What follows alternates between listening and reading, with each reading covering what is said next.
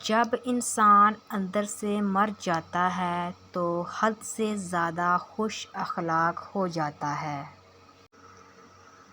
یہ ضروری نہیں جو خوبصورت ہو وہ خوبصیرت بھی ہو، کام کی چیز اندر ہوتی ہے باہر نہیں۔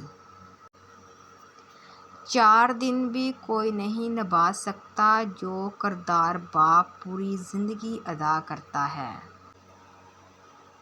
ہر بزرگ کی بات میں حکمت مت ڈھونڈیں، کچھ احمق لوگ بھی بوڑھے ہو جاتے ہیں۔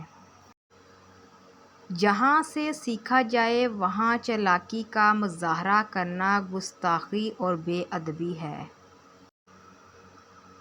ایک گھر میں پیدا ہونے والے اور ایک دسترخواں پر پلنے والے ایک جیسا ذائقہ، ایک جیسی فطرت نہیں رکھتے۔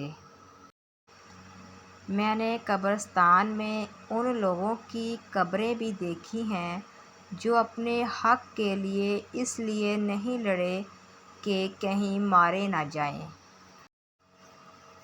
حیرت ہے کہ انسان ہاتھ تو دنیا کے آگے پھیلاتا ہے اور گلہ خدا سے کرتا ہے۔ اگر حق کہنے کی استطاعت نہیں رکھتے تو باطل کے لیے تالیاں مت بجاؤ۔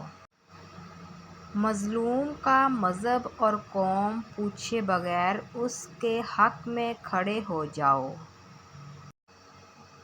اگر آپ حق کے ساتھ نہیں کھڑے تو پھر تاریخ کو اس سے کوئی غرض نہیں کہ آپ مسجد کے حجرے میں تھے یا طوائف کے کوٹھے پر۔ دولت مند کر دینے والی عورت کے چہرے پر 3 نشانیاں ہوں گی: کان چھوٹے، آنکھیں موٹی اور ماتھا بڑا ہوگا۔